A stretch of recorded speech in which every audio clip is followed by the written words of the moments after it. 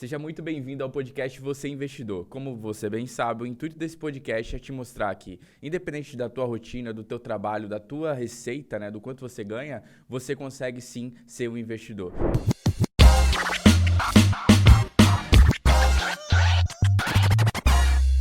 Porque investidor não se trata de você ficar buscando empresa para comprar e vender, mas se trata de você se tornar sócio de grandes empresas. E por isso, como o intuito desse podcast é trazer isso à sua realidade, eu estou convidando pessoas que não são do mercado, não trabalham com o mercado, para que aqui seja um ambiente de aula e bem um webinário, bem um tira-dúvidas mesmo. Hoje eu tenho um convidado muito especial, aceitou o convite de cara, que é o Matheus. Matheus, se apresenta aí para a galera, fala quem você. Tudo bem? Me chamo Matheus Amorim, bendito, né? Como você bem disse aí. Tenho 27 anos, estou empresário. Show. Também faço alguns investimentos, mas não na área do mercado, né? Em si. Mas então você investe em outras empresas, tipo equity. Exatamente isso. Show de bola. Show. E por que não o mercado? Medo, receio. Show, então a gente vai trabalhar nisso aqui. Matheus, se fosse para tu se definir, tipo assim, pode ser numa frase, numa explicação, quem é o Matheus hoje? Quem é o Matheus para 2023? Persistente. Essa palavra que virou o ano de 2022 para 2023. Show. É a palavra que entrou no meu coração. Porque a persistência é algo que eu tenho vivido nesses últimos anos. E através disso, eu tenho visto alguns resultados. Então, essa é a palavra do ano aí que a gente escolheu para 2023. Persistente, show de bola. Qual a tua maior qualidade? Minha maior qualidade é não desistir das coisas facilmente. Dificuldade aparece para todo mundo o tempo todo, mas eu identifiquei que quando aparece uma dificuldade para mim, eu vejo como uma oportunidade. Show. Então, esse é o meu... O emocional tá forte. Então. Tá forte. Show mas de nem bola. sempre foi assim, detalhe. Faz pouco tempo então que a chave virou? Na verdade, ainda ela tá virando. Então, faz aí questão aí de uns 5, 6 meses pra cá que eu tô nessa mudança aí de Entendi, mentalidade. show de bola. Tua empresa tá em que ramo hoje? Hoje a gente tem 2 negócios. A gente tem uma empresa no ramo fitness, que é um estúdio de treinamento personalizado, e um restaurante de sushi, que é onde me identifiquei bastante. Se tu falar o nome, eu vou ter que comer essa semana, hein? É o Ieso Sushi. Caraca, Fica legal. Ali na Praia Brava. Show. Itajaí. Se minha esposa for assistir o podcast, já era. Vou ter que usar o cartão de crédito essa semana. Mas show de bola. Legal. Mas qual dos dois foi o primeiro? Ou os dois foram no mesmo instante? Não, assim, o primeiro negócio que eu tive mesmo foi do ramo têxtil, uma marca de roupa. Então, foi um desafio que eu acabei aceitando juntamente com um grande amigo meu, que não deu certo, mas serviu de aprendizado. Deu prejuízo ou não? Deu prejuízo, com certeza. A gente não saiu no lucro. Algo em torno de quanto aí? Questão aí de 20 mil. Eu lembro até hoje porque foi uma rescisão que eu tive da empresa que eu trabalhava. Eu atuava no ramo da telecomunicação na empresa Oi. Então, recebi uma rescisão, investi todo o valor nessa marca, ficou alguns meses aí ativa e logo veio a decepção de ter que fechar. Mas como bem disse antes, foram desafios que apareceram na minha vida que fez com que eu conseguisse dar o passo para o próximo nível, entendeu? Então, por isso que eu disse que eu vejo a dificuldade como uma oportunidade de crescimento. Show, show. Hoje, como você está com 2 empresas, né? Basicamente, você consegue viver tranquilo em relação à receita? Não, se eu falar para você que viver tranquilo, eu vou estar mentindo. Motivos. Rotina, horário e agendamentos. Eu, particularmente, sempre tive dificuldade com a rotina em si. Entendi. Então, a vida, ela automaticamente tem me colocado em situações que eu sou obrigado a ter rotina. Então, até 2 anos atrás, eu pecava muito nessa parte de comprometimento, rotina, horário. E isso me fez gastar muita energia barra tempo. Sim. Então, a partir do momento que eu comecei a estruturar isso na minha vida, colocar pontos, entendeu? Me organizar, ter agenda, as coisas começaram a fluir. Deixa eu te perguntar, como é que é teu dia a dia hoje, assim? Tipo, horário que você geralmente acorda durante a semana, você trabalha de... Porque, assim, a galera tem uma ilusão de que quando você começa a empreender, tudo fica fácil, né? Você trabalha 2 horas por dia, né? Porque, assim, infelizmente, essa vida instagramável que, né, é postada por aí, de que o cara trabalha onde quiser, quando quiser, a hora que quer, isso aí é resultado de 10, 15 anos de muito trabalho duro, né? Muitas 16 horas no escritório, né, em sua empresa em si. Hoje, como é que é a tua rotina diária, assim, em relação ao trabalho, compromissos pessoais, enfim? Sim. Tudo depende, Vitor. É a lei da relatividade. Como que funciona? Às vezes eu recebo mensagem, meu celular é ativo 24 horas ali, porque tem que estar ativo, porque eu tenho contatos com fornecedores, clientes, alunos. Então, tem dias que 5h30 da manhã eu já estou na ativa. Mas eu procuro me programar para 6h30 já estar ativo. Então, eu separo. Tenho a empresa do ramo fitness, separo das 6h30 até as 10 horas da manhã para focar 100% nela. Claro que tem dias, ocasiões que aparecem situações do sushi para resolver nesse meio tempo. Mas eu procuro separar as coisas, né? Então, eu tenho aprendido isso todos os dias, na verdade. É um desafio você chegar nesse patamar de estar tudo 100% regrado. Eu estou aprendendo ainda. Então, hoje, 6h30 da manhã já começa meu dia. 10 horas ali eu paro, dou 30 minutos ali. 11h30, a partir daí para frente, é o sushi. E aí não tem horário. Aí ainda mais que o sushi, né? A tendência é funcionar melhor à noite, né? Exatamente então, isso. Meia-noite ali, meia-noite até pra mais... a gente fecha as portas do restaurante, mas aí que começa, daí entra a parte burocrática. Entendeu? Fechamento de caixa, fluxo... Exatamente isso. Então... Mas, show. Vou só fazer uma pontuação interessante. Geralmente, quem tem rotina muito puxada, como a sua, por exemplo, de ter que acordar muito cedo, não ter horário para dormir, tem toda essa dinâmica do dia a dia que tem que resolver uma empresa, outra, né? Enfim. Geralmente, quem tem esse tipo de rotina é muito propício a nunca investir, tá? Eu conheço muita gente, por exemplo, que tem 300, 400, 500 mil reais guardado em banco, em poupança. E aí, o que me assusta é que, por exemplo, se você pensar numa taxa de inflação, IPCA, correto. Sabe quando sai no jornal? IPCA subiu, taxa de inflação, índice de preço ao consumidor amplo. O que acontece? A rentabilidade da poupança, em média, aí nos anos, fica em torno de 0,3 ao mês. Se tu multiplicar isso por 12, vai dar 3,6% ao ano de rentabilidade. Só que esse ano, como por exemplo, a gente está com inflação de 6%. Então, o cara que ele está com dinheiro na poupança hoje, por mais que a poupança esteja rendendo mais que a taxa de juros está muito alta, ele ainda assim, é muito difícil ele conseguir compensar a inflação.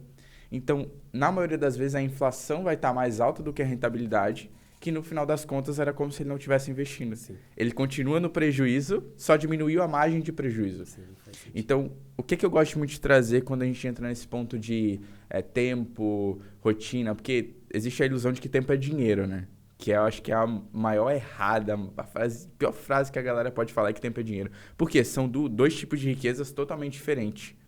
Uma complementa a outra. Se você não tem dinheiro, você vai ter que gastar tempo para conseguir mais dinheiro. Se você não tem tempo e tem muito dinheiro, você vai ter que abdicar um pouco do teu dinheiro para ter mais tempo. Exato. Então, uma coisa complementa a outra. Então, em vez de unificar as duas, a gente tem que achar um equilíbrio entre elas. Sim. E o grande problema de quem não tem tempo para conseguir investir é esse, ficar perdendo dinheiro na poupança.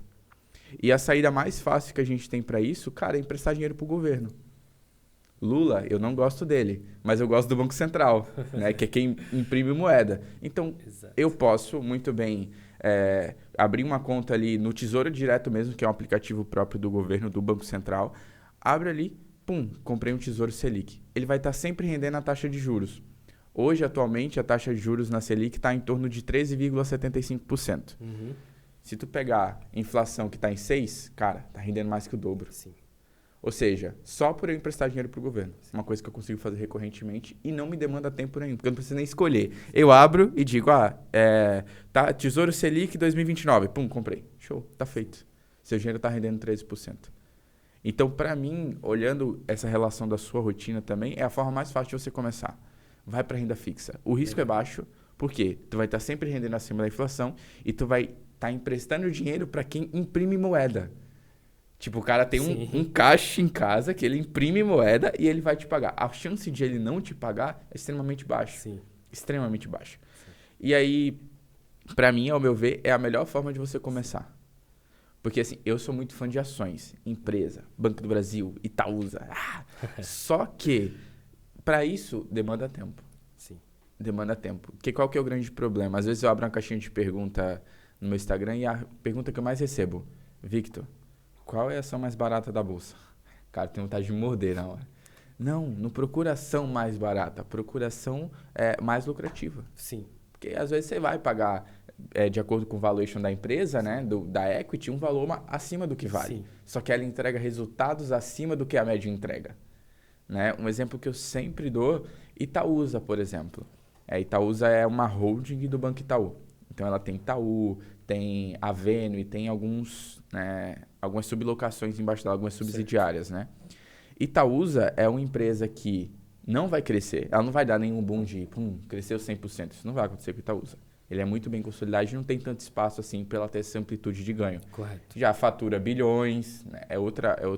É muito mais fácil você sair de 100 mil para 200 mil do que de 10 bi para 20 bi. Né? Então, assim, é uma empresa que não vai dar nenhum boom. Porém, ela paga quase todos os meses dividendos pro acionista e ela é uma empresa estável. Quem hoje que não precisa de um banco? A gente nem anda com dinheiro, cara. É assustador, velho. Esses dias eu fui pagar estacionamento, aí ele deu 10 pila, eu tirei 10 reais ali. Dinheiro. Olhou assim, falei, pô, você Que tá é me isso? julgando, velho? Ele falou, cara, ninguém nunca, faz uns meses já que eu não vejo a nota. Olha só. Assustador. Por Sim. quê? Isso já é um ponto claro, a galera Sim. não anda mais dinheiro. Então, o setor financeiro, né, de bancos, é um baita setor para se investir. Porém, ele demanda o quê? Tempo. Você precisa aprender a analisar um banco. Você precisa aprender a encontrar um banco bom para você ser sócio, né? Então, melhor forma de você começar, Tesouro Selic. Sim. Grave isso na sua cabeça, Tesouro Selic. Não, já tá aqui, já gravei aqui já. Vira a chave, vira a chave. Virou a chave, tá virando. Qual o teu maior medo, cara? Tipo assim, quando eu falo medo, eu falo no sentido geral, assim. Porque a gente, como cristão, a gente não tem medo da morte já. Isso aí Sim. já passou, né? Mas do que você tem medo hoje? O que poderia te travar hoje no teu dia a dia? O que poderia me travar, o que eu tenho medo, é da zona de conforto. De chegar num momento que, aqui já tá tudo ok. Então, agora chega. Porque isso eu identifiquei que não é da minha pessoa, não é da minha índole, não faz parte de mim. Então, muitas vezes, claro, ainda tenho muitas coisas a conquistar ainda na vida. Vou completar agora 28 anos mês que vem, então acredito que tem bastante coisa ainda para ser vista e vivida. Uhum. Então, o meu maior receio é realmente estagnar, chegar num período assim, num momento que aqui tá tudo ok. Então é isso. Cara, isso é um perigo, tá? Porque quando eu bati minha primeira meta financeira, foi meu primeiro pensamento. Uhum. Bati minha primeira meta de dinheiro investido, eu parei. Aí passou 3 meses, eu falei, o que é que eu tô fazendo? Eu tenho Exatamente. 30, 40 anos ainda pela frente. Sim. Né? Então, essa zona do conforto é bem perigosa mesmo. Qual foi o maior desafio que você teve na sua vida? Meu maior desafio O maior de todos. foi aceitar uma situação que a vida apresentou para mim. Qual situação? Que era dar o próximo passo para o próximo nível. E volto a repetir, são situações da vida que aparecem, situações difíceis, que muitas das vezes aparecem para a gente dar esse próximo nível. Então, eu lembro que no início de tudo, quando a primeira empresa que eu tive faliu, eu entrei num período depressivo da minha vida, uma situação bastante complicada, que eu lembro assim de ficar 2 semanas sem conseguir sair do meu quarto. E foi nesse momento que eu comecei, o meu refúgio, a minha saída era livros, muitos livros. Muitos livros do Bispo Robson, inclusive, me ajudou, entendeu? E eu utilizo eles em prática até hoje. Então, foi no momento que eu aceitei o convite de trabalhar lavando louça para um restaurante. Mas, assim, o desafio não foi ir lavar a louça, foi ter aceitado essa situação, entendeu? Porque, assim, eu tive que quebrar muito ego para aceitar essa situação. Porque, vamos lá, eu estava na época com 20, 21 anos, marca de roupa, tudo ok, de repente me encontrei numa situação que eu não tinha mais nada e tinha que ou aceitava ou não aceitava encarar a realidade que a vida estava me apresentando. Então, a partir do momento que eu aceitei, recebi a oportunidade, por mais difícil que era para mim, assim, milagrosamente, depois que eu entrei nesse restaurante, 4 meses depois, 5 meses depois, eu já fazia parte do quadro societário. Então, caraca, é por isso que eu digo, às vezes as pessoas não entendem, têm dificuldade de entender pela situação que está vivendo. Aparece um desafio, eu vejo como oportunidade hoje em dia, porque a partir do momento que você enfrenta esse desafio e consegue passar por cima disso, você vê o horizonte ali, como tá lindo ali, entendeu? Para ser alcançado. Caraca, que loucura, que loucura. O nome do meu curso é Gerando Fortuna, né? Inclusive é o nome do canal no YouTube também. Sim.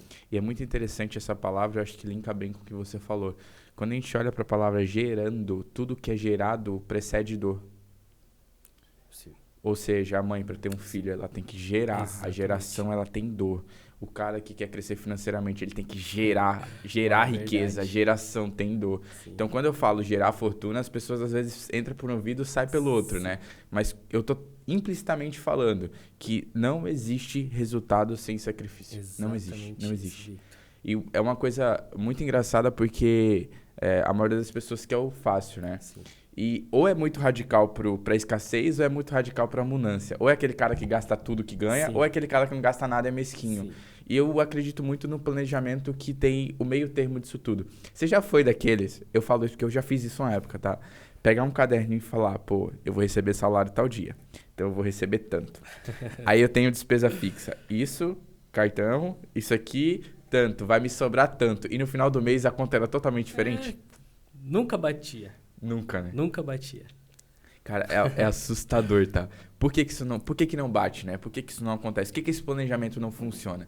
Porque a galera acha que o planejamento ele veio pra dar certo. Sim. Mas o planejamento ele vem pra dar errado. Sim. Por quê? O planejamento ele tem que persistir quando tudo der errado. Naquele mês, quando você tá anotando o gasto, você não tá contando um remédio que você tem que comprar, um Uber que você vai ter que pegar de última hora. Exatamente. Entendeu? Então tu tem que ter no teu planejamento uma margem de erro. Que margem de erro seria essa? Eu chamo de como chama, né? Reserva de emergência ou caixa de oportunidade. Que é o quê? Deixa lá. Por exemplo, tu entrou no quadro societário da empresa em 4 meses trabalhando. Sim. Além de tu trabalhar muito, teve o interesse a mais, teve que Claro. entregar mais, teve o gerar ali, né? Com E por certeza. fim, tu estava preparado para a função, Sim. né? Então, eu acho interessante a galera entender sobre essa questão do sacrifício e do planejamento, porque o sacrifício é pro trabalho, é para gerar alguma coisa, é para ter resultado. Mas o sacrifício não tem nada a ver com a tua vida pessoal. Sim. Que é o cara, por exemplo, como eu dei de exemplo antes, que gasta tudo que tem, e o cara que não gasta nada, né? O cara que é mesquinho. Você tem que achar o meio termo. Você tem que ter uma margem de erro para quê? Pro imprevisto. Teu planejamento ele tem que estar pronto pro imprevisto. Pandemia. Ninguém imaginou. Mas na pandemia, a maior parte das empresas caíram 70% o preço. O que é que eu fiz? Comprei mais. Legal. Mas por que eu tinha dinheiro para comprar mais? Porque eu tinha caixa de oportunidade. Eu tinha margem de erro no Exato. planejamento. Show de bola. Entende? Sim. Então, bora lá. Matheus, essa pergunta é bem interessante, tá? O que você sabe de investimento? O que você sabe de ações, fundos? Já tentou aprender? Já tentei. O caminho que eu fui foi ao meu ver, que foi o mais fácil, foi o Tesouro, que foi citado por você, emprestar dinheiro para o governo. Me limitei aí. Então, ou seja, não sei muita coisa sobre investimento de mercado, entendeu?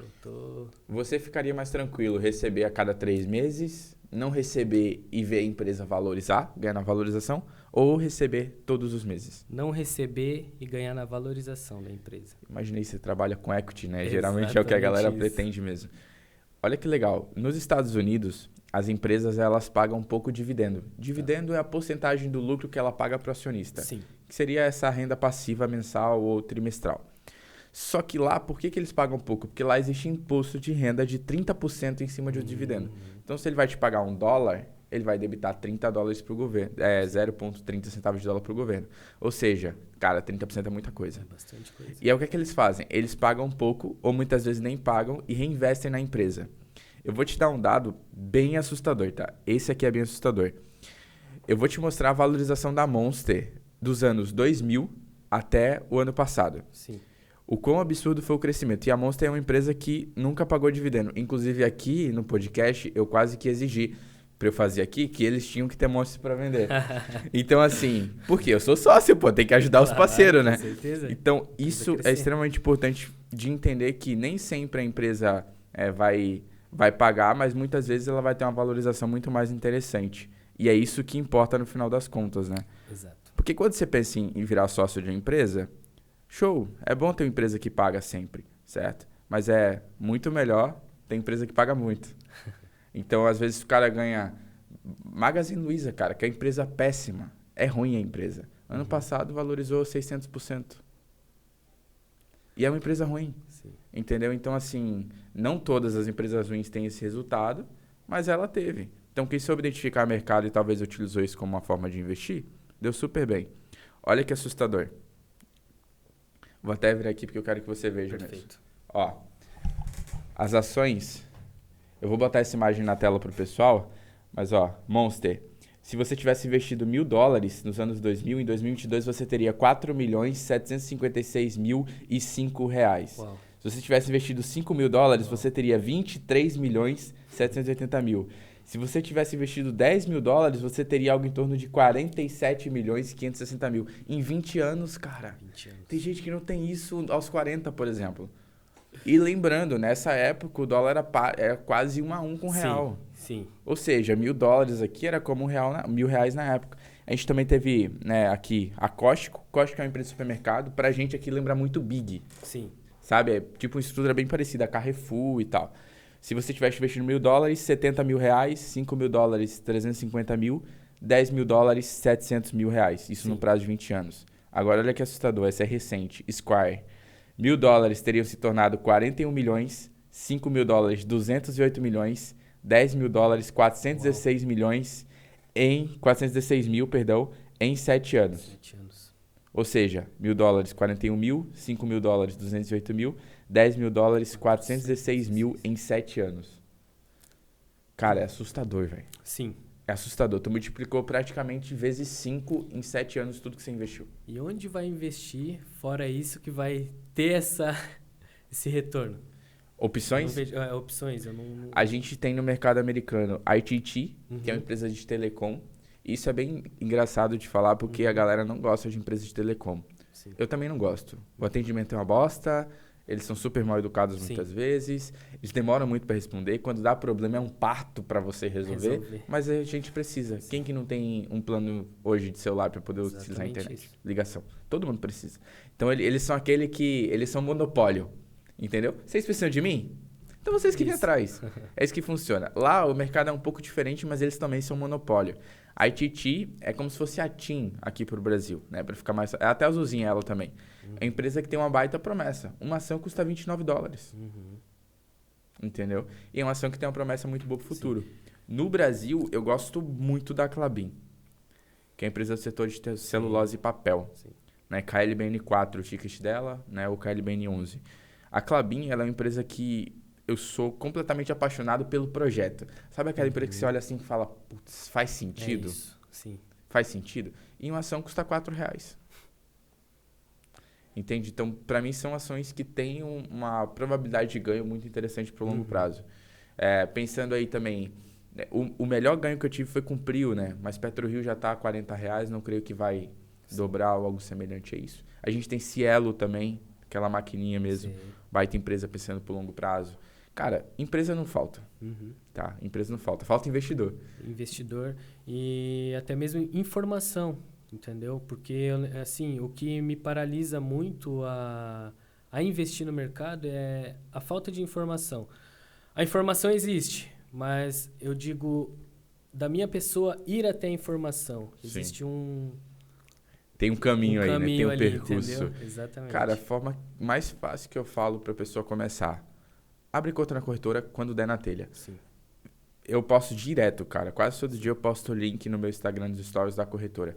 Clica lá, pum. Gasta 5 minutos e abriu a conta. Só esperar. Esperou, bota R$100 lá. Se me segue, vai ver recomendações de estudo. Vai olhar lá algumas ações e vai comprar. Pronto, tá. Sim. Investimento tá feito. Entendeu? Por que eu perguntei sobre essa questão de como você preferiria receber o dinheiro? Porque daí a gente tem, como eu falei pra ti, lá no início, antes da gente começar, a gente tem muitas oportunidades. Sim. Se eu for apresentar todas para você, pum, travei. Uhum. Excesso de informação faz o que no computador? Trava. Nele, que é uma máquina, pensa no nosso cérebro. Ele vai estagnar, você não vai fazer. Claro. Eu costumo dizer que teu cérebro ele quer duas coisas, poupar energia e poupar tempo. Uhum. Então, ele não vai querer gastar energia para aprender, ele não vai querer gastar tempo para fazer. Sim. Então, se a pessoa entrar na zona de conforto do cérebro, o cara nunca vai começar a investir. Não é à toa que a gente olhou lá no final, vou dar esse dado que eu achei bem interessante, a gente tem mais pessoas surdas no Brasil do que investidores. Cara, é assustador, velho. A gente tem, de acordo com o governo, a gente tem em média aí 9 milhões de pessoas surdas no país e a gente tem 5,6 milhões de investidores na Bolsa de Valores. Ou seja, tem mais pessoas surdas hoje no país do que pessoas investindo. Enquanto lá nos Estados Unidos, 80% da população investe. Aí a pessoa fala, nossa, os Estados Unidos é a economia. Claro, todo mundo está nesse meio. Sim. Né? É interessante que eu tenho um cliente americano e ele é brasileiro que mora lá. A gente conversando ontem, cara, eles são muito loucos. Uhum. Ele é tipo assim, não, tem que assumir risco, pode pôr. Se perder não tem problema, a gente bota de novo. Por quê? Porque eles estão acostumados com esse tipo de rotina. Sim. Lá o equity, né, o empresarial é muito forte. Não é à toa que se você for analisar grandes empresas, Tesla, quem é o dono da Tesla? Elon Musk. Elon Musk é de onde? Ele é sul-africano, ele não é americano. O Google foi parceria de um americano com um europeu. Sim. Ou seja, lá é um berço para que pessoas com boas ideias montem negócio. Automaticamente o equity é muito forte. O equity sendo muito forte, a galera tem o quê? Capital. Tendo capital, Vai embora, o céu é o limite. Sim. Né? O céu é o limite. Sim. Então, assim, a gente vai estar caminhando já para o final. Eu vou pedir para você deixar algumas mensagens aí para a galera em relação a isso. E claro que, terminando aqui, se você topar, a gente encerra o podcast e a gente abre a conta na corretora para você agora. Com certeza. Esse é o intuito. Eu vim aqui mais para aprender. Show de bola. Ninguém escapa aqui. Todo mundo. O Moisés veio, fechou com mentoria. Aí, olha assim, só. No fire. Vamos pra cima. Show de bola. Show de bola. Fechou então. Vamos lá, pra gente caminhar pro final. Você pode deixar uma mensagem pra galera? Sim. A mensagem que eu digo é: se cerquem de boas pessoas. Victor, eu garanto que todos, até mesmo quem está assistindo, conhece pessoas com boas habilidades. Vamos lá. Pessoas que fazem um bom café. Hoje eu cheguei aqui e fui recebido por um ótimo café. Pessoas que sabem produzir uma roupa. Todo mundo conhece alguém que faz algo bom. Então, nesse pouco tempo de vida ainda que eu vivi, eu vi que o importante é você se cercar de boas pessoas. Pessoas que têm habilidade em algo que ela mesma já identificou que é boa em fazer. Por quê? Hoje me pergunta, Matheus, mas às vezes, né, olha para mim e vê ali com a empresa já montada, mas foi fácil. Não. Por isso que o primeiro sócio que eu tive do ramo do sushi foi um japonês e hoje meu sócio do ramo fitness, ele é um atleta. Então, hoje eu não entendo como um japonês de sushi. Então, eu me cerquei de pessoas que entendiam isso. Hoje eu não entendia de saúde, treinamento, alta performance, mas me cerquei de um sócio que é atleta olímpico. Então, se cerquem de boas pessoas. Caraca, show de bola, show de bola. Isso é engraçado porque você é a segunda pessoa que fala isso, tá? A Thay falou algo parecido também, o Moi também falou algo parecido no quê? No sentido de, cara, valoriza quem tá perto. Sim. A gente costuma querer buscar longe, né? Exatamente. Nossa, eu vi na internet aquele cara lá sabe fazer tal coisa. Mas você tem alguém do teu lado que também sabe fazer aquela coisa. Exatamente isso, né? Victor. Mas que legal, show de bola. Então, galera, esse aqui foi o podcast Você Investidor de hoje. Não esquece de se inscrever, de compartilhar com a galera, de curtir, de comentar. Eu amo demais receber feedback de coração, tá? Então, manda mensagem no Instagram, o arroba do Matheus também vai estar aí, a empresa dele também vai estar aí. O sushi eu vou lá e vou bater foto, então quem me seguir no Instagram também vai ver. Vou cobrar, hein? Pode cobrar. Hein? A Lorena assiste, cara. Ela assiste, eu não tenho como escapar então disso aqui. Agora tá feito. Não tem já. mais saída. Mas... No mais, é isso aí. Espero que você tenha gostado. Aguardo o teu feedback. Segue a gente nas redes sociais. Manda qualquer dúvida caso você tenha. E lembrando, no dia que vai sair esse episódio aqui, hoje, né, nessa quinta-feira, eu já vou enviar o link lá no meu Instagram para abrir a corretora, tá? Então, como a gente vai fazer com ele aqui, eu quero fazer com você também. Sem mais desculpas, tá bom? No mais, é isso. Até breve.